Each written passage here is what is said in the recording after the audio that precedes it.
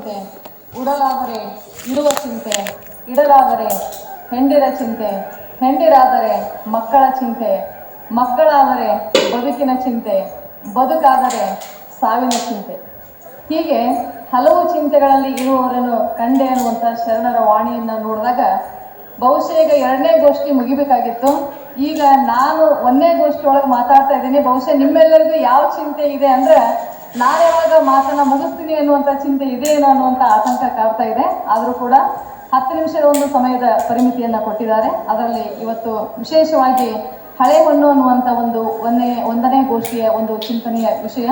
ಅದಕ್ಕಿಂತ ಪೂರ್ವದಲ್ಲಿ ವೇದಿಕೆ ಮೇಲೆ ಮುಖ್ಯ ಅತಿಥಿಗಳಾಗಿ ಆಗಮಿಸಿ ಈ ವೇದಿಕೆಗೆ ಗೌರವವನ್ನು ತಂದುಕೊಟ್ಟಿರುವಂಥ ನಮ್ಮೆಲ್ಲರ ಗಟ್ಟಿ ಧ್ವನಿಯಾಗಿರುವಂಥ ಸನ್ಮಾನ್ಯ ನಮ್ಮ ಎಸ್ ವಿ ಸಂಘನೂರು ಸರ್ ಅವರಿಗೆ ನಾನು ಮೊಟ್ಟ ಮೊದಲಿಗೆ ನಮಸ್ಕಾರ ಮಾಡ್ತಾ, ಈ ಒಂದು ಗಜೇಂದ್ರಗಡ ಕೋಟೆ ನಾಡಿನಲ್ಲಿ ಒಂದು ಅದ್ದೂರಿಯಾಗಿರುವಂಥ ಒಂದು ಕನ್ನಡವನ್ನು ಕಟ್ಟಿ ಉಳಿಸಿ ಬೆಳೆಸುವ ಕಾರ್ಯಕ್ಕೆ ಈ ಒಂದು 10ನೇ ಕನ್ನಡ ಸಾಹಿತ್ಯ ಸಮ್ಮೇಳನಕ್ಕೆ ಮೂಲ ರೂವಾರಿಯಾಗಿರುವಂಥವರು ತುಂಬ ಸರಳ ಜೀವಿಗಳಾಗಿರುವಂಥ ಸನ್ಮಾನ್ಯ GS ಪಾಟೀಲ್ ಸರ್ ಅವರಿಗೂ ಕೂಡ ನಾನು ಮೊಟ್ಟ ಮೊದಲಿಗೆ ನಮಸ್ಕಾರವನ್ನು ಸಲ್ಲಿಸ್ತಾ, ವೇದಿಕೆ ಮೇಲಿರುವಂಥ ಎಲ್ಲ ಗಣ್ಯಮಾನ್ಯರಿಗೆ, ಚಿಂತಕರಿಗೆ, ಹಾಗೆ ಮುಂಭಾಗದಲ್ಲಿ ಕುಳಿತಿರುವಂಥ ಎಲ್ಲ ನಮ್ಮ ಸಾಹಿತ್ಯ ಆಸಕ್ತರಿಗೆ, ಇಲ್ಲಿ ನೆರೆದಿರುವಂಥ ಎಲ್ಲ ಪತ್ರಿಕಾ ಮಾಧ್ಯಮದ ಸಹೋದರರಿಗೆ, ತಮ್ಮೆಲ್ಲರಿಗೂ ಕೂಡ ನಾನು ಮೊಟ್ಟ ಮೊದಲಿಗೆ ಶರಣಾರ್ಥಿಯನ್ನು ಸಲ್ಲಿಸ್ತಾ, ತುಂಬ ಸಂತೋಷದ ವಿಚಾರ ಇವತ್ತು ನಾವು ಚಿಂತನೆ ಮಾಡಬೇಕಾಗಿರುವಂಥ ವಿಚಾರ ಅಜಗಣ್ಣ ಮುಕ್ತಾಯಕ್ಕ ಅನ್ನೋಕ್ಕಿಂತ ಪೂರ್ವದೊಳಗೆ ಬಹುಶಃ ನನಗೆ ಈ ಸಮ್ಮೇಳನದ ಸರ್ವಾಧ್ಯಕ್ಷರ ಬಗ್ಗೆ 2 ಮಾತನ್ನಾದರೂ ಕೂಡ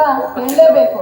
ಕಾರಣ ಏನು ಅಂತ ಹೇಳಿದ್ರೆ, ನಾವು ಅಜಗಣ್ಣ ಮುಕ್ತಾಯಕ್ಕರ ಒಂದು ಸಹೋದರತ್ವದ ಒಂದು ಬಾಂಧವ್ಯ ಹೇಗಿತ್ತು ಅನ್ನೋದಕ್ಕಿಂತ ಪೂರ್ವದೊಳಗೆ ಸಮ್ಮೇಳನಾಧ್ಯಕ್ಷರ ಒಂದು ಭಾಷಣದ ಪ್ರತಿಯನ್ನು ನಮ್ಮ ಕೈಯೊಳಗೆ ಕೊಟ್ಟಾಗ ತುಂಬ ಎಲ್ಲ ಗದಗ ಜಿಲ್ಲೆಯ ಒಂದು ಇಡಿಯಾಗಿರುವಂಥ ಒಂದು ಕವಿಗಳ ಬಗ್ಗೆ, ಸಾಹಿತ್ಯದ ಬಗ್ಗೆ, ಇಲ್ಲಿರುವಂಥ ಇಡೀ ಗದಗ ಜಿಲ್ಲೆಯ ಒಂದು ಸಮೃದ್ಧವಾಗಿರುವಂಥ ಸಾಹಿತ್ಯಿಕ ಕೃಷಿಯ ಬಗ್ಗೆ ವಿಚಾರವನ್ನು, ನಮ್ಮ ಕನ್ನಡ ನಡೆ ನುಡಿ ಹೇಗಿರಬೇಕು, ಮುಂದಿನ ಜನಾಂಗಕ್ಕೆ ಕನ್ನಡವನ್ನು ಹೇಗೆ ಕೊಂಡೊಯ್ಯಬೇಕು ಅನ್ನುವಂಥ ಅದ್ಭುತವಾದಂಥ ಒಂದು ಭಾಷಣದ ಪ್ರತಿಯನ್ನು ಬಹುಶಃ ನಮ್ಮ ಚಂದ್ರಶೇಖರ್ ವಸ್ತ್ರ ಸರ್ ಅವರ ಭಾಷಣ ನಮ್ಮ ಕೈಯೊಳಗಿದೆ.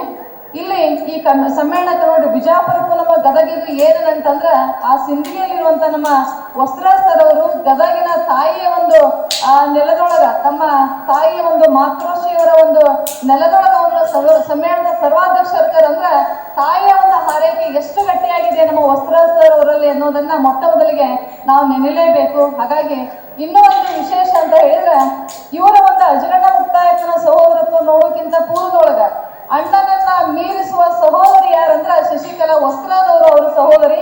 ರಾಜ್ಯ ಮಟ್ಟದ ಕದಳಿ ಸಮ್ಮೇಳನದೊಳಗ ಬಿಜಾಪುರದೊಳಗ ಅವರು ರಾಜ್ಯ ಸಮ್ಮೇಳನದ ಸರ್ವಾಧ್ಯಕ್ಷರಾಗಿರುವಂಥದ್ದು ತುಂಬಾ ವಿಶೇಷವಾಗಿರುವಂಥ ಒಂದು ಮಾತು. ಹಾಗಾಗಿ ಅಂತ ಒಂದು ಕೌಟುಂಬಿಕವಾದಂಥ ಸಾಹಿತ್ಯಿಕ ಹಿನ್ನೆಲೆಯಿಂದ ಬಂದಿರುವಂಥ ನಮ್ಮ ವಿದ್ಯಾಗುರುಗಳು, ಜೊತೆಗೆ ಸಾಹಿತ್ಯದ ಹಲವು ಪ್ರಕಾರಗಳಲ್ಲಿ ಕೃಷಿಯನ್ನ ಮಾಡಿ ಇವತ್ತಿನ ಯುವ ಜನಾಂಗಕ್ಕೆ ಕನ್ನಡ ಪ್ರೀತಿಯನ್ನು ತಲುಪಿಸುವಂಥ ಪ್ರಯತ್ನ ಮಾಡಿರುವಂಥ ಸರ್ವಾಧ್ಯಕ್ಷರ ಒಂದು ವಿಚಾರವನ್ನು ನಾವು ಗಮನಿಸ್ತಾ, ಇವತ್ತಿನ ಅಜಗಣ್ಣ ಮುಕ್ತಾಯಕರ ಬಗ್ಗೆ ನೋಡುವಾಗ ಬಹುಶಃ ನಾವೆಲ್ಲರೂ ಕೂಡ ಇವತ್ತಿನ ಸಹೋದರತ್ವ ಬಾಂಧವ್ಯ ಹೇಗಿದೆ ಅಂದರೆ, ನಾವೆಲ್ಲರೂ ಕೂಡ ಹೇಳ್ತಾ ಇರ್ತೀವಿ, ಹೆಣ್ಣಿನ ಜನ್ಮಕ ಅಣ್ಣ ತಮ್ಮರು ಬೇಗ, ಹೊನ್ನು ಕಟ್ಟುವರು ಉಡಿಯೊಳಗ, ನಮ್ಮ ಬೆನ್ನು ತಟ್ಟವರು ಸಭೆಯೊಳಗ ಅನ್ನುವಂಥದ್ದು ಬಹುಶಃ ನಾವೆಲ್ಲರೂ ಸಾಮಾನ್ಯರು ಲೌಕಿಕವಾಗಿ ವಿಚಾರ ಮಾಡುವಂಥ ಸಹೋದರಿಯರ ಮಾತು.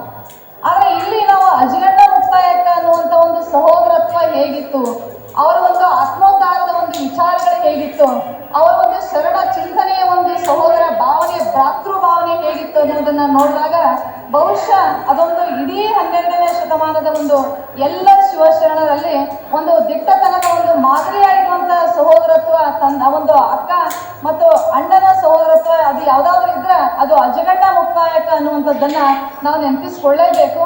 ಇನ್ನೂ ಒಂದು ವಿಶೇಷ ಏನಂದ್ರೆ, ಅವರು ಎಲ್ಲಿಯವರು ಅಂದಾಗ ನಮ್ಮ ಗದಗ ಜಿಲ್ಲೆಯವರು ಅನ್ನುವಂಥ ಹೆಮ್ಮೆಯಿಂದ ನಾವು ಎದೆ ತಟ್ಟಿ ಹೇಳಲೇಬೇಕು. ಯಾಕಂದ್ರೆ ಅಷ್ಟು 12ನೇ ಶತಮಾನ ಬಹುಶಃ ಗೊತ್ತಿದೆ. ಇಡೀ ಕನ್ನಡ ಸಾಹಿತ್ಯದ ಒಂದು ಅವಲೋಕನವನ್ನು ಮಾಡಿದಾಗ ವಿವಿಧ ಕಾಲಘಟ್ಟವನ್ನ ಬಹುಶಃ ನಮ್ಮ ಕಟ್ಟಿಮನಿ ಸರ್ ಅವರು ಮತ್ತು ನಮ್ಮ ಹುಡೇ ಸರ್ ಅವರು ಹಲವಾರು ವಿಷಯಗಳನ್ನ ಇಲ್ಲಿ ಚಿಂತನೆ ಮಾಡಿದಾಗ ಅಲ್ಲಿರುವಂಥ ಕುಮಾರವ್ಯಾಸ ಹಿಂದಿನ ಕವಿಗಳ ಬಗ್ಗೆ, ಚಾಮರಸನ ಬಗ್ಗೆ, ನೈಷೇನನ ಬಗ್ಗೆ, ದುರ್ಗಶಿವನ ಬಗ್ಗೆ ಹೇಳುವಾಗ ಅದೆಷ್ಟೋ ಹಳಗನ್ನಡ ವಿಚಾರವನ್ನು ಇಲ್ಲಿ ಪ್ರಸ್ತುತಪಡಿಸಿದ್ದಾರೆ. ಆದರೆ ಇಲ್ಲಿ ಅಜಗಣ್ಣ ಮುಕ್ತಾಯಕ ಅನ್ನುವಂಥ ವಿಚಾರ ನಾವು ಪ್ರಸ್ತುತಪಡಿಸುವಾಗ ಬಹುಶಃ ಇಡೀ ಕನ್ನಡ ಸಾಹಿತ್ಯದ ಚರಿತ್ರೆಯೊಳಗ ಜನಮಾನಸಕ್ಕೆ ತಲುಪಿಸಿದಂಥ ಸಾಹಿತ್ಯ, ಎಲ್ಲರ ನಡೆ ನುಡಿಗೆ ಜೀವನಕ್ಕೆ ಹತ್ತಿರವಾದಂಥ ಒಂದು ಸಾಹಿತ್ಯ ಅದು ಯಾವುದಾದ್ರೂ ಇದ್ರೆ ಅದು ವಚನ ಸಾಹಿತ್ಯ ಅನ್ನುವಂಥದ್ದನ್ನ ನಾವು ನೆನಪಿಸ್ಕೊಳ್ಳೇಬೇಕು. ಅಂಥ ವಚನ ಸಾಹಿತ್ಯದ ರೂವಾರಿಗಳು ಹೇಳಿದವರು ಯಾರು ಅಂತ ಹೇಳಿದ್ರೆ ಅದು ಅಜಗಣ್ಣ ಮುಕ್ತಾಯಕ ಅನ್ನುವಂತ ಒಂದು ಇಡೀ ಒಂದು ಶರಣ ಸಂಕುಲವನ್ನು ನಾವು ನೋಡುವಂಥದ್ದು. ಸ್ನೇಹಿತರೆ, ತಮ್ಮೆಲ್ಲರಿಗೂ ಕೂಡ ಗೊತ್ತಿರೋ ಹಾಗೆ 12ನೇ ಶತಮಾನ ಅಂದ್ರೆ ಅದು ಸಮಾನತೆಯ ಕಾಲ. 12ನೇ ಶತಮಾನ ಅಂತ ಹೇಳಿದ್ರೆ ಎಲ್ಲರಿಗೂ ಕೂಡ ಸಮಾನ ಜೀವನದ ಕಲ್ಪನೆಯನ್ನ ಕೊಟ್ಟಂತ ಒಂದು ಕಾಲ. ಅಂತ ಒಂದು ಕಾಲಘಟ್ಟದೊಳಗ ನಮ್ಮ ಅಜಗಣ್ಣನವರು ನಮ್ಮ ಗದಗ ಜಿಲ್ಲೆಯವರು ಅಂತ ಹೇಳುವಾಗ ಆ ಲಕ್ಕುಂಡಿ ಗ್ರಾಮದೊಳಗೆ ಬಹುಶಃ ಇಲ್ಲೇ ನಮ್ಮ ಸಮೀಪದ ಲಕ್ಕುಂಡಿ ಒಂದು ಐತಿಹಾಸಿಕವಾದಂತ ಒಂದು ಪಾರಂಪರಿಕ ಹಿನ್ನೆಲೆಯನ್ನ ಪಡೆದಂತ ಒಂದು ಸ್ಥಳದ ಹುಟ್ಟೂರಿನ ಸಹೋದರರಾಗಿ ಅವ್ರು ಏನು ಒಂದು ಶರಣ ಸಾಹಿತ್ಯಕ್ಕೆ ಕೊಡುಗೆಯನ್ನ ಕೊಟ್ಟರು. ಬಹುಶಃ ನಾವು ಇದನ್ನ ತಾತ್ವಿಕವಾಗಿ ಅವರ ವಿಚಾರವನ್ನು ತಿಳ್ಕೊಳ್ಳೋಕ್ಕಿಂತ ಮುಖ್ಯವಾಗಿ ನಮ್ಮ ಅನ್ವಯ ರೂಪದೊಳಗೆ ನಾವು ನೋಡೋದಾದ್ರ ಇವರ ಇಡೀ ದೃಷ್ಟಾಂತವನ್ನ ಅವರ ಇಡೀ ಜೀವನವನ್ನ ಅವ್ರು ಯಾಕೆ ನಾವು ಅಜಗಣ್ಣ ಮುಕ್ತಾಯಕನ ಬಗ್ಗೆ ತಿಳಿದುಕೊಳ್ಬೇಕಂತ ಹೇಳಿದಾಗ ಅಲ್ಲಿ 3 ಸಂಗತಿಗಳನ್ನ ನಾವು ಇದ್ರೊಳಗೆ ಗಮನಿಸಲೇಬೇಕು. ಒಂದು, ಅವರ ಸಹೋದರತ್ವ ಅನ್ನೋದು ಎಷ್ಟು ಆಧ್ಯಾತ್ಮಿಕ ಹಿನ್ನೆಲೆಯನ್ನ ಪಡೆದಿತ್ತು ಅನ್ನುವಂಥದ್ದು. ಬಹುಶಃ ನಮಗೂ ಕೂಡ ನಿಮಗೂ ಕೂಡ ಒಂದು ಸಹೋದರ ವಿಯೋಗ ಅಥವಾ ಇನ್ನಿತರ ಯಾವುದೇ ಒಂದು ಸಂಬಂಧಿಗಳ ವಿಯೋಗನೋ ಇನ್ನೊಂದೇನೋ ಕೌಟುಂಬಿಕ ಯಾರಾದ್ರೂ ನಮ್ಮನ್ನ ತೀರಿ ಹೋದಾಗ ಆಗುವಂತ ನೋವು, ಆಗುವಂತ ಸಂಕಟ, ನಾವು ಅಳೋದು ಬೇರೆದಕ್ಕಾಗಿ. ಆದ್ರೆ ಇಲ್ಲಿ ಇವರು ಆ ಒಂದು ಮುಕ್ತಾಯಕ ಅನ್ನುವಂತ ಒಬ್ಬ ಸಹೋದರಿ ತನ್ನ ಅಣ್ಣನಾಗಿರುವಂತ ಅಜಗಣ್ಣನ ಒಂದು ವಿಯೋಗ ಆದಾಗ, ಅಜಗಣ್ಣನನ್ನ ಕಳೆದುಕೊಂಡಾಗ ನಮ್ಮ ನಿಮ್ಮ ಹಾಗೆ ಆ ಒಂದು ಮುಕ್ತಾಯಕನ ಅಳು ಇರಲಿಲ್ಲ. ಆ ಅಳು ಯಾತಕ್ಕಾಗಿ ಇತ್ತು ಅನ್ನುವಂಥದ್ದನ್ನ ಬಹುಶಃ ಅವರ ಇಡೀ ಜೀವನವನ್ನ ಅವಲೋಕನ ಮಾಡಿದಾಗ ನಮಗೆ ಗೊತ್ತಾಗುತ್ತೆ. ಹಾಗಾಗಿ ಇಲ್ಲಿ ಅಜಗಣ್ಣ ಮುಕ್ತಾಯಕ ಅನ್ನುವಂಥ ಒಂದು 3 ಇಬ್ಬರ ಒಂದು ಜೀವನ ದೃಷ್ಟಾಂತ ನೋಡುವಾಗ ನಮ್ಗೆ 3 ಸಂಗತಿಗಳು ಮುಖ್ಯ ಆಗುತ್ತೆ. ಒಂದು, ಅವರ ಭ್ರಾತೃವಾಗಿರುವಂತ ಒಂದು ಪ್ರೇಮ ಹೇಗಿತ್ತು, ಸಹೋದರತ್ವ ಪ್ರೇಮ ಹೇಗಿತ್ತು, ಅದು ನಮ್ಮ ಜೀವನಕ್ಕೆ ಹೇಗೆ ಅನ್ವಯ ಆಗಬೇಕು ಅನ್ನೋದನ್ನ ಇಲ್ಲಿ ನಾವು ವೈಚಾರಿಕವಾಗಿ ನೋಡುವಂತ ಒಂದು ಹೊತ್ತು. ಇನ್ನೊಂದು ಸಂದರ್ಭ, ನಮಗೆ ನಿಮಗಾಗುವಂತ ದುಃಖವನ್ನ ಬಹುಶಃ ಮುಕ್ತಾಯಕ್ಕೂ ಕೂಡ ಅಣ್ಣನನ್ನ ಕಳೆದುಕೊಂಡಾಗ ಆಗಿತ್ತು. ಆದ್ರೆ ಆ ಒಂದು ದುಃಖದ ವಿಯೋಗವನ್ನ, ಆ ದುಃಖದ ಸಂಗತಿಯೊಳಗ ಯಾವ ರೀತಿ ಒಳಗ ಅಲ್ಲಮ ಪ್ರಭುಗಳು ಸಾಂತ್ವನ ಹೇಳಿದ್ರು ಮುಕ್ತಾಯಕ ಅನ್ನುವಂಥದ್ದು, ಆ ಮುಕ್ತಾಯಕ ಮತ್ತು ಅಲ್ಲಮ ಪ್ರಭುಗಳ ಒಂದು ಸಾಂತ್ವನದ ಸಂದರ್ಭವನ್ನ ಬಹುಶಃ ಆ ಸಂದರ್ಭದಲ್ಲಿ ನಾವು ನೋಡ್ತಾ ಹೋಗ್ತೀವಿ. ಕೊನೆಯದಾಗಿ ಮುಕ್ತಾಯಕ ಅಲ್ಲಿ ನಿರಾಕಾರವಾಗಿರುವಂತ ಒಂದು ರೀತಿ ಒಳಗ ಯಾವ ರೀತಿ ಮನ ಪರಿವರ್ತನೆ ಆದ್ರು, ನಮ್ಮ ನಿಮ್ಮಂತೆ ವಿಚಾರ ಮಾಡಲಿಲ್ಲ, ಆಧ್ಯಾತ್ಮಿಕವಾಗಿ ವಿಚಾರ ಮಾಡುವಂತ ಮುಕ್ತಾಯಕನ ರೀತಿ ಹೇಗಿತ್ತು ಅನ್ನುವಂತ 3 ಸಂಗತಿಗಳನ್ನ ಬಹುಶಃ ನಾವು ಇದ್ರೊಳಗೆ ನೋಡ್ತಾ ಹೋಗ್ತೀವಿ.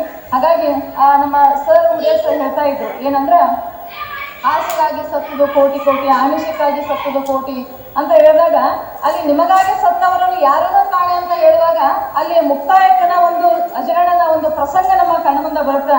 ಆ ಸಂದರ್ಭದೊಳಗೆ ಅವ್ರು ಹೇಳ್ತಾರೆ ಏನಂದ್ರೆ, ಹೆಣ್ಣು ಹೆಣ್ಣು ಮಣ್ಣಿಗಾಗಿ ಸತ್ತವರಿದ್ದಾರೆ, ಆದ್ರೆ ಇಲ್ಲಿ ಶಿವ ಧ್ಯಾನಕ್ಕೆ, ಶಿವಭಕ್ತಿಗೆ, ಒಂದು ತಾತ್ವಿಕ ಚಿಂತನೆಗೆ, ಒಂದು ಆಧ್ಯಾತ್ಮಿಕ ಚಿಂತನೆಗೆ ಇರುವಂಥವ್ರು ಯಾರು ಅಂತ ಹೇಳಿದಾಗ ಬಹುಶಃ ಅದು ಅಜಗಣ್ಣನ ಒಂದು ಪಾತ್ರ ನಮ್ಗೆ ಗಟ್ಟಿಯಾಗಿ ನಿಲ್ಲುವಂತ ಒಂದು ಪಾತ್ರ ಆಗುತ್ತೆ.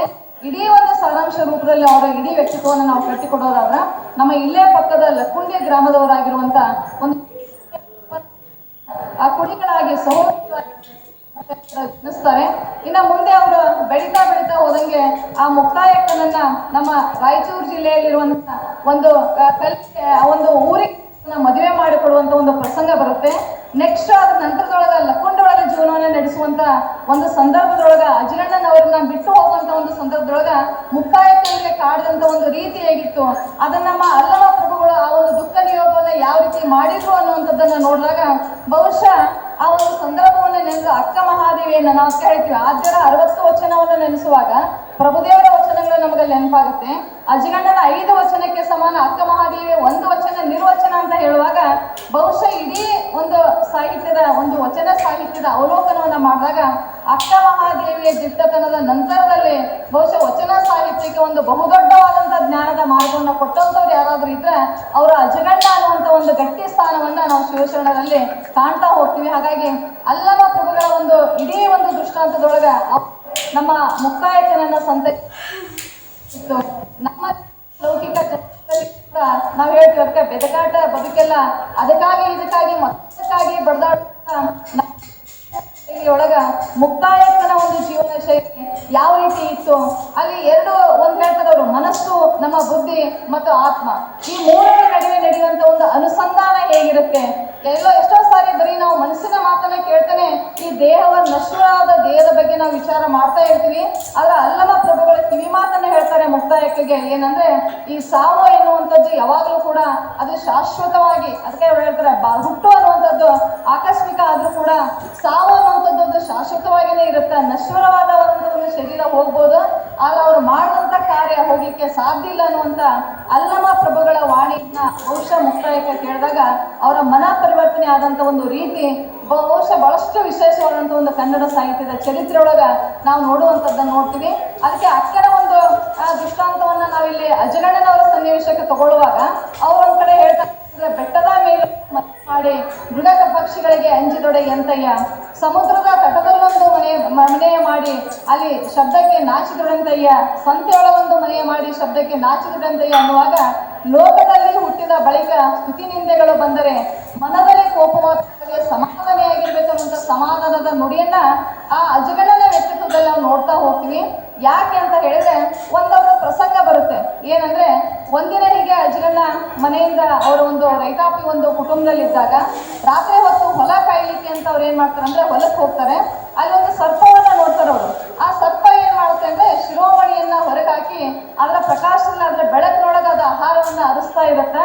ಆದ್ರೆ ಇವರಿಗೆ ಶಿವಧ್ಯಾನದ ಮಂತ್ರವನ್ನ, ಷಡಾಕ್ಷರಿ ಮಂತ್ರವನ್ನ ಕೇಳುವಂತ ರೂಢಿ ಅಜಗಣ್ಣಗಿದ್ದಾಗ ಆ ಮಂತ್ರದ ಶಬ್ದಕ್ಕೆ ಹೆದರಿ ಆ ಒಂದು ಸರ್ಪ ಏನ್ ಮಾಡುತ್ತಂದ್ರೆ, ಹಾವು ಏನ್ ಮಾಡುತ್ತಂದ್ರೆ ಓಡಿ ಹೋಗಿ ಒಂದು ಮರದ ಪೊಟರೆಯೊಳಗ ಅಡಿಗೆ ಕೊಡುತ್ತ. ಆ ಸಣ್ಣ ಸಂದರ್ಭ ನೋಡ್ರಿ, ಲೋಕದ ಸಂಗತಿಗಳಿಂದಲೇ ಎಷ್ಟೇ ಪರಿವರ್ತನೆ ಆಗಿರುವಂತ ದೃಷ್ಟಾಂತವನ್ನ ನಾವಿಲ್ಲಿ ನೋಡ್ತಾ ಹೋಗ್ತೀವಿ. ಅಜಗಣ್ಣನ ಮನಸ್ಸು ಹೇಗೆ ಪರಿವರ್ತನೆ ಆಗಂದ್ರೆ, ನಾವು ಬಾಹ್ಯವಾಗಿ ಆಡಂಬರದ ಶಿವಧ್ಯಾನವನ್ನ, ಇಷ್ಟಲಿಂಗವನ್ನ ಪೂಜಿಸೋದು, ಮಂತ್ರವನ್ನ ಹೇಳೋದು ಎಷ್ಟು ನಿರರ್ಥಕ ಅನ್ನೋದನ್ನ ತಾವು ತಮ್ಮಷ್ಟಕ್ಕೇನೆ ಪ್ರಶ್ನೆ ಹಾಕೊಂಡು ಆ ಹಾವು ಯಾವ ರೀತಿಯೊಳಗ ಆ ಮಣಿಯನ್ನ ಆ ತನ್ನೊಳಗ ಅಡಗಿಸ್ಕೊಟ್ಟು ಇಟ್ಕೊಂಡು ಹೋಗುತ್ತೋ ಆ ರೀತಿಯೊಳಗ ಅಜಗಣ್ಣನವರು ಕೂಡ ಮುಂದೆ ಮಹಾಮೌನಿ ಆಗ್ತಾರೆ. ಆ ಶಬ್ದದ ಒಂದು ಸ್ಪರ್ಶದಿಂದ ಅವರು ಬರುವಂತದ್ದು ಎಲ್ಲಿಗೆ ಅಂದ್ರೆ ಮೌನದ ಸ್ಪರ್ಶಕ್ಕೆ ಬರ್ತಾರೆ, ಅಂತರ್ಮುಖಿ ಆಗ್ತಾರೆ. ಹಾಗಾಗಿ ಅವರು ಇಡೀ ಜೀವನ ಶೈಲಿ ನೋಡಿದಾಗ ಆ ಬಹಿರ್ಮುಖದ ಒಂದು ಶಿವ ಧ್ಯಾನದಿಂದ ಅಂತರ್ಮುಖದತ್ತ ಬೆಳೆದಂತ ಆ ಅಜಗಣ್ಣನ ಇಡೀ ಜೀವನದ ದೃಷ್ಟಾಂತ ಅನ್ನುವಂಥದ್ದು ತುಂಬಾ ವಿಶೇಷವಾಗಿತ್ತು. ಮುಂದೆ ಅವರು ಒಂದು ರೀತಿಯೊಳಗೆ ಅವರ ಶಬ್ದವನ್ನ ಬಿಟ್ಟು ಮೌನಕ್ಕೆ ಬಂದಾಗ ಜನರೆಲ್ಲರೂ ಕೂಡ ಅಲ್ಲಿ ಸುಮ್ಮನೆ ಬಿಡ್ಲಿಲ್ಲ, ನಿಂದನೆಯನ್ನ ಮಾಡ್ತಾರೆ. ನಿಂದ ಯಾವ ತರದ ಭಕ್ತಿಯಪ್ಪ, ಯಾವುದೇ ತರದ ಒಂದು ಶಿವಧ್ಯಾನ ಇಲ್ಲ, ಶಿವಭಕ್ತಿ ಇಲ್ಲ, ಇಷ್ಟಲಿಂಗ ಪ್ರಾರ್ಥನೆ ಇಲ್ಲ, ಅಂತರಂಗ ಅಂತ ಹೇಳ್ತೀಯ ಅನ್ನುವಂಥ ನಿಂದನೆಯ ಮಾತುಗಳು ಬಂದಾಗ ಅದನ್ನು ಕೂಡ ತುಂಬಾ ಮೌನವಾಗಿ ಸಹಿಸಿದಂತ ಅಜಗಣ್ಣನ ಒಂದು ದಿಟ್ಟ ವ್ಯಕ್ತಿತ್ವ. ಕೊನೆಗೆ ಹೀಗೆ ಯಾರೋ ಒಂದು ಊರಲ್ಲಿರುವಂತ ವ್ಯಕ್ತಿಗಳು ಅವರಿಗೆ ಯಾವುದೇ ರೀತಿಯಾದಂಥ ಪೀಡನೆಯನ್ನ ಮಾಡ್ತಾ ಇರ್ತಾರೆ.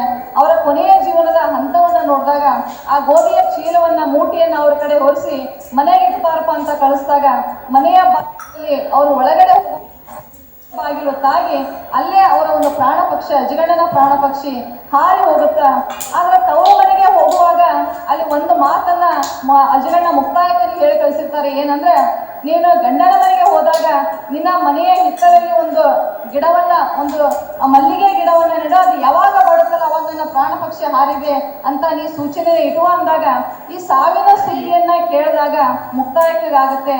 ಆ ನೋವಿನಿಂದ, ದುಃಖದಿಂದ ಹೊರಗೆ ಬರುವಂತ ಸನ್ನಿವೇಶವೇ ಮುಕ್ತಾಯಕನಿಗೆ ಇರೋದಿಲ್ಲ. ಆದ್ರೆ ಅಂತಹ ಸಂದರ್ಭದಲ್ಲಿ ಅಲ್ಲಮ ಪ್ರಭುಗಳ ಒಂದು ಜ್ಞಾನ, ಅಲ್ಲಮ ಪ್ರಭುಗಳು ಕೊಟ್ಟಂತ ಒಂದು ಮಾರ್ಗದರ್ಶನ, ಅವ್ರು ಕೊಟ್ಟಂತ ನೀತಿಯ ಸಾರ ಇಡೀ ಒಂದು ಮುಕ್ತಾಯಕನ ಜೀವನವನ್ನ ಪರಿವರ್ತನೆ ಮಾಡಿದಂತ ಒಂದು ಸಂದರ್ಭವನ್ನ ಬಹುಶಃ ಅವರಿಬ್ಬರ ಒಂದು ಜೀವನದ ದೃಷ್ಟಾಂತದಲ್ಲಿ ನಾವು ನೋಡ್ತಾ ಹೋಗ್ತೀವಿ. ಹಾಗಾಗಿ ಆ ಮುಕ್ತಾಯಕ ಮತ್ತು ಆ ಒಂದು ಅಜಗಣ್ಣರ ಒಂದು ಭ್ರಾತೃ ಪ್ರೇಮವನ್ನ ನೋಡಿದಾಗ ಅದು ಕೇವಲ ಲೌಕಿಕ ಸಂಗತಿಗಲ್ಲ. ಇವತ್ತು ನಾವು ಅರ್ಥ ಮಾಡ್ಕೊಳ್ಬೇಕಾಗಿರೋದು ಏನಂದ್ರೆ, ಇವತ್ತಿನ ಒಂದು ಸಂದರ್ಭದಲ್ಲಿ ನಮ್ಮ ಸರ್ ಎಲ್ಲ ಚಿಂತನೆಯನ್ನ ಮಾಡಿದ ಹಾಗೆ ಎಲ್ಲಾ ಒಂದು ವಚನ ಸಾಹಿತ್ಯ, ಎಲ್ಲಾ ವ್ಯಕ್ತಿಗಳ ಒಂದು ಜೀವನ ದೃಷ್ಟಾಂತವನ್ನು ನಾವು ತಿಳ್ಕೊಳ್ಳುವಾಗ ಅದು ಅವರು ಕೊಟ್ಟಂತ ಜೀವನದ ಮೌಲ್ಯಗಳು ಹೇಗಿತ್ತು, ಶರಣರು ಕೊಟ್ಟಂತ ವಿಚಾರಗಳು ಏನಿತ್ತು, ಅದು ನಮ್ಮ ಜೀವನಕ್ಕೆ ಅನ್ವಯ ಆದಾಗ ಮಾತ್ರ ಇಂಥ ಒಂದು ಚಿಂತನೆಗಳು ಅದು ಅರ್ಥಪೂರ್ಣ ಆಗುತ್ತೆ ಅನ್ನುವಂಥ ಹಿನ್ನೆಲೆಯೊಳಗ ಆ ಎಲ್ಲ ಒಂದು ದೃಷ್ಟಾಂತವನ್ನು ನೋಡಿದಾಗ 12ನೇ ಶತಮಾನದೊಳಗ ತುಂಬಾ ಗಟ್ಟಿಯಾಗಿ ಅದು ನಮ್ಮ ಗದಗ ಜಿಲ್ಲೆಯ ಕೀರ್ತಿಯನ್ನ ಮುಂಚೂಣಿಯಲ್ಲಿ ತಂದ, ಗದಗ ಜಿಲ್ಲೆಯೊಳಗನ ನಮಗೆ ಕನ್ನಡತನವನ್ನ ಕೊಟ್ಟಂತ ಒಂದು ಶಿವಶರಣರಲ್ಲಿ ನಮ್ಗೆ ಅಜಗಣ್ಣ ಮುಕ್ತಾಯಕ ಅನ್ನೋರು ತುಂಬಾ ನಿಲ್ತಾರೆ. ಹಾಗಾಗಿ ಅವ್ರ ವಿಚಾರವನ್ನ ನೋಡಿದಾಗ ಆ ಸಹೋದರತ್ವ ನಮ್ಮಲ್ಲೂ ಕೂಡ ಹಾಗಿರ್ಬೇಕು. ನಮಗೆ ಕೇವಲ ವಿಷಯ ವಾಸನೆ ಎನ್ನುವಂಥದ್ದು ಬರಬಾರ್ದು. ಕೇವಲ ಧರ್ಮ, ಅರ್ಥ, ಕಾಮ, ಮೋಕ್ಷ ಎನ್ನುವಂಥ ಚತುರ್ವಿಧ ಪುರುಷಾರ್ಥಗಳಲ್ಲಿ ನಮ್ಮನ್ನ ನಾವು ತೊಡಗಿಸಿಕೊಳ್ಳೋದಲ್ಲ, ಅದನ್ನ ಹೊರತಾಗಿಯೂ ಕೂಡ ನಮಗೆ ಲೌಕಿಕ ಜ್ಞಾನಕ್ಕಿಂತ ಜೀವನಕ್ಕೆ ಬೇಕಾಗಿರೋದು ಪಾರಮಾರ್ಥಿಕ ಜ್ಞಾನ ಅನ್ನುವಂಥ ಒಂದು ಸಾರಾಂಶವನ್ನ, ಒಂದು ಸಂದೇಶವನ್ನ ಕೊಟ್ಟಂತ ಒಂದು ವಾತ್ಸಲ್ಯವನ್ನು ನಾವು ನೋಡೋದಾದ್ರೆ ಅವರ ಇಬ್ಬರ ಸಹೋದರ ವಾತ್ಸಲ್ಯದಲ್ಲಿ ಬಹುಶಃ ನಾವು ನೋಡ್ತಾ ಹೋಗ್ತೀವಿ. ಇವತ್ತು ನಾವು ಒಂದಿಷ್ಟು ಅನ್ವಯ ಮಾಡ್ಕೊಳ್ಳೋದಾದ್ರೆ ಇವತ್ತಿನ ನಮ್ಮ ಅವಿಭಕ್ತ ಕುಟುಂಬದಲ್ಲಿ ಸಹೋದರ ರೀತಿ ಸಹೋದರ ವಾತ್ಸಲ್ಯ ಎಲ್ಲಿವರೆ ಆಗ್ತಿದೆ. ನಾವು ಕೇವಲ ಕಾನೂನನ್ನ ಕೈಗೆ ತಗೊಂಡಾಗ ಅದು ಬೇಕು ಇದು ಬೇಕು ಅನ್ನುವಂಥ ಒಂದು ಜಂಜಡದಲ್ಲಿದ್ದಾಗ ಆದ್ರೆ ಅದನ್ನ ಎಲ್ಲವನ್ನ ಹೊರತುಪಡಿಸಿ ಭ್ರಾತೃ ಪ್ರೇಮವನ್ನ ಕೊಟ್ಟಂತ ಒಂದು ಅಜಿರಣ್ಣ ಮುಕ್ತಾಯಕರ ಜೀವನ ಬಹುಶಃ ನಮಗ ಅನ್ವಯ ಒಂದು ಮಾದರಿ ಆಗುವಂಥದ್ದು ಅಂತ ಭಾವಿಸ್ತಾ ಈ ಸಂದರ್ಭದಲ್ಲಿ ಒಂದು ಹಿರಿಯ ಕವಿಗಳು ಹೇಳೋ ಹಾಗೆ ಎಲ್ಲಾದರೂ ಇರು ಎಂತಾದರೂ ಇರು ಎಂದೆಂದಿಗೂ ನೀನು ಕನ್ನಡವಾಗಿರು ಅನ್ನೋ ಹಾಗೆ ಆರಂಕುಶ ವಿಟ್ಟಡೆ ಮೆನೆಯುವುದನ್ನ ಮನ ಬನವಾಸಿ ದೇಶವಂ ಅನ್ನೋ ಹಾಗೆ ನಮ್ಮ ಸರ್ ಕೂಡ ವಸ್ತ್ರ ಸರ್ ಅವರು ಇಡೀ ಅವರ ಸಮ್ಮೇಳನದ ಒಂದು ಭಾಷಣದಲ್ಲಿ ಕೊನೆಯದಾಗಿ ಒಂದು ಮಾತನ್ನು ತುಂಬಾ ಚೆನ್ನಾಗಿ ಕೊಟ್ಟಿದ್ದಾರೆ. ನಾವು ಗದಗ ಜಿಲ್ಲೆಯವರು ಎಂಬುದೇ ನಮ್ಮಲ್ಲಿ ಹರ್ಷ ರೋಮಾಂಚನವನ್ನು ಉಂಟು ಮಾಡುವಂಥದ್ದು. ಅವರು ಮೂಲತಃ ಬಿಜಾಪುರ ಜಿಲ್ಲೆಯವರಾದರೂ ಕೂಡ ಗದಗ ಮೇಲಿರುವಂಥ ಅವರ ಪ್ರೀತಿ, ಗದಗ ಮೇಲಿರುವಂಥ ಅವರ ಒಂದು ಆ ಪ್ರೇಮವನ್ನು ನೋಡಿದಾಗ ಬಹುಶಃ ಗದಗ ಜಿಲ್ಲೆ ಒಂದು ಮುದ್ರಣಾಕಾಶೆ ಅಷ್ಟೇ ಕಲೆ, ಸಾಹಿತ್ಯ, ಸಂಗೀತ ಎಲ್ಲರಿಗೂ ಕೂಡ ಹೆಸರುವಾಸಿಯಾದಂಥ ಒಂದು ಜಿಲ್ಲೆಯವರು ನಾವು ಕೂಡ ಅನ್ನುವಂಥದ್ದು ತುಂಬ ಹೆಮ್ಮೆಯ ಒಂದು ಸಂಗತಿ. ಇಲ್ಲಿ ಕೂಡ ಬಾಳುವುದನ್ನು ಕಲಿಸುವಂಥ ಪವಿತ್ರ ಭೂಮಿಗೆ ನನ್ನ ನಮಸ್ಕಾರಗಳು ಅನ್ನುವಂಥ ಒಂದು ಋಣದ ಭಾವನೆಯಿಂದ ಸರ್ ಕೊಟ್ಟಿದ್ದಾರೆ. ಹಾಗಾಗಿ ಇಂಥ ಒಂದು ಗದಗ ಜಿಲ್ಲೆಯ ಪುಣ್ಯಭೂಮಿಯಲ್ಲಿ ನಾವು ಕೂಡ ಜನಿಸಿರುವಂಥದ್ದು ನಮ್ಮ ಸೌಭಾಗ್ಯ ಅಂತ ಭಾವಿಸ್ತಾ ವೇಳೆ ಹೆಚ್ಚಾಗಿರೋದ್ರಿಂದ ಮುಂದಿನ ಗೋಷ್ಠಿ ಅನುವು ಮಾಡಿಕೊಡ್ತಾ ನನಗೆ ಈ ಸಂದರ್ಭದಲ್ಲಿ ಒಂದಿಷ್ಟು ಚಿಂತನೆ ಮಾಡಲಿಕ್ಕೆ ಅವಕಾಶ ಕೊಟ್ಟಂತ ತಮ್ಮೆಲ್ಲರಿಗೂ ಕೂಡ ನಮಸ್ಕಾರಗಳು, ಧನ್ಯವಾದ.